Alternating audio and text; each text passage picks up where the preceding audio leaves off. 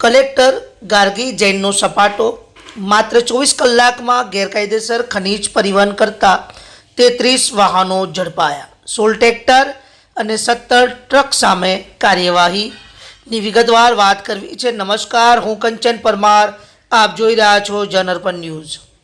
છોટાઉદેપુર 26મી જૂન છોટાઉદેપુર જિલ્લાના ગેરકાયદેસર ખનીજ પરિવહન સામે જિલ્લા વહીવટી તંત્ર દ્વારા વધુ એક કડક કાર્યવાહી હાથ ધરવામાં આવી છે।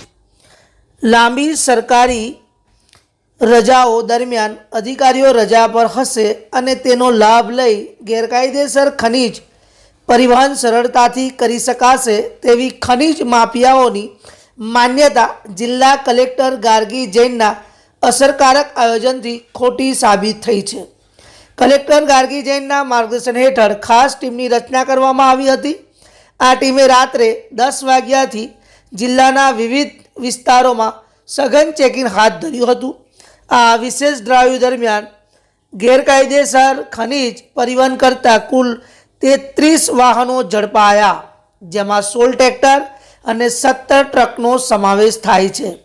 જિલ્લા વહીવટી તંત્ર દ્વારા ગેરકાયદેસર ખનન અને ખનીજ પરિવહન સામે શૂન્ય સહનશીલતા ઝીરો ટોલરન્સની નીતિ અપનાવવામાં આવી છે। કાયદાનો ભંગ કરનાર તત્વો સામે આવી કાર્યવાહી સતત ચાલુ રહેશે।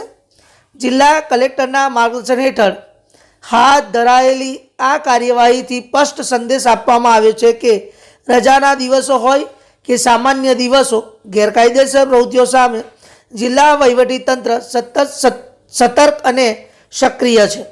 આમ આપે સાંભળ્યું અને જે જોઈ રહ્યા છો વિડીયોમાં કે કલેક્ટર ગાર્ગી જૈને ગેરકાયદેસર જે ખનીજ કરતા છોટાઉદેપુર જિલ્લાના વિવિધ ક્ષેત્રોમાં એમને રેડ કરી અને 33 વાહનો જપ્ત કર્યા। પરંતુ હવે વાત ત્યાં ચાલુ થાય છે કે આ ખનીજ માફિયાઓ આટલા બેફામ કેમ બન્યા છે।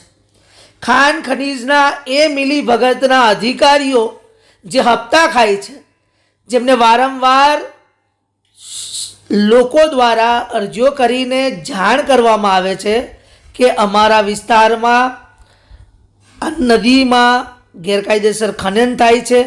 એ પછી ઓરસંગ નદી હોય, ઢાઢર નદી હોય, દેવ નદી હોય કે કોઈ પણ જાતની કોઈ પણ નામની નદીઓ હોય કે નર્મદા નદી હોય, આ તમામ નદીઓમાં વારંવાર ગેરકાયદેસર ખનન જોવા મળતું હોય છે અને ખાન ખનીજ વિભાગને લોકો લેખિતમાં અરજીઓ આપે છે કે આપ સાહેબ વિઝિટ મારો, અહીંયા રાતના અંધારામાં ટ્રેક્ટરો ભરાય છે, જેસીબી દ્વારા નદીનું ખનન કરવામાં આવે છે, પરંતુ આ સરકારી બાબુઓનું પેટની પાણી હલતું નથી।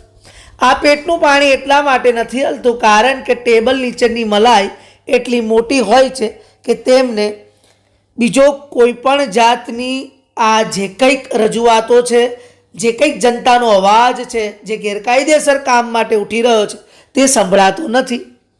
એમને એસી કેબિનમાં બેઠા બેઠા લોકોના સરકારી ટેક્સનો પગાર લેવો છે અને એનાથી વધારે હપ્તા લેવા છે।